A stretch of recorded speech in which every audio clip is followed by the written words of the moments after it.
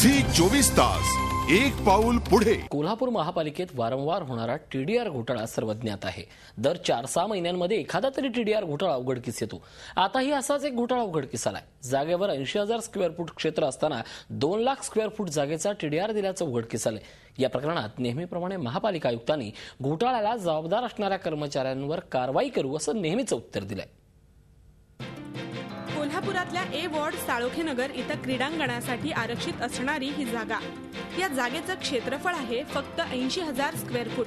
पण जागेचे मालक धैर्यशील यादव यांनी महापालिकेच्या अधिकाऱ्यांशी संगनमत करून ही जागा 2 लाख स्क्वेअर फूट इतकी दाखवली आणि जागेचा बोगस सातबारा कोल्हापूर महापालिकेच्या नावे केलाय। या अतिरिक्त बोगस टीडीआरची किंमत बाजारभावाप्रमाणे 9,60,00,000 एवढी आहे।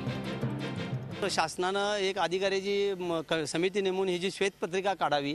ह्या 78 लाख चौरस फुटामध्ये भयानक भ्रष्टाचार झालेला आहे। अनेक म्हणजे संपूर्ण जनतेची फसवणूक झालेली आहे। आता हा 9,60,00,000 रुपयाचा आपण भ्रष्टाचार बाहेर काढलेला आहे। राज्यातल्या ISO नामांकन प्राप्त भूमी अभिलेख कार्यालयातल्या कर्मचाऱ्यांशी संगनमत करून कोल्हापूर महापालिकेच्या अभियंत्यांनी मोजणी नकाशा तयार करून घेतला।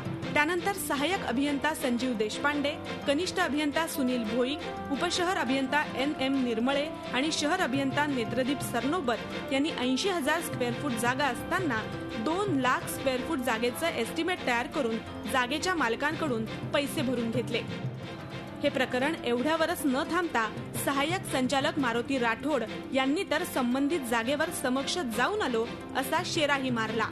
शहर अभियंता नेत्रदीप सरनोबत, सहाय्यक संचालक मारुती राठोड, उपशहर अभियंता निर्मळे साहेब MM निर्मळे, संजीव देशपांडे, मदन भाईक आणि सर्वेर हवळ यांच्याशी संगनमत करून यामध्ये जवळजवळ 3.5 कोटी रुपये या अधिकाऱ्यांना संगनमतानं वाटून ही जागा 2 एकर असताना 5 एकर करून घेतली।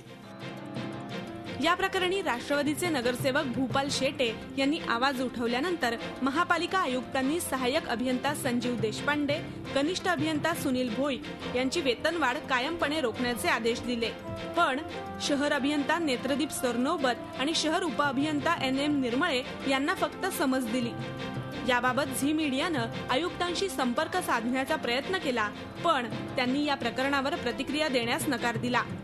आयुक्तांच्या अशा भूमिकेमुळेच महापालिका प्रशासनातले अधिकारी निर्ढावलेत असं सर्वसामान्यांना वाटतंय। कोल्हापूरहून प्रताप नाईकसह bureau report, Zee media. Zee 24 तास एक पाऊल पुढे।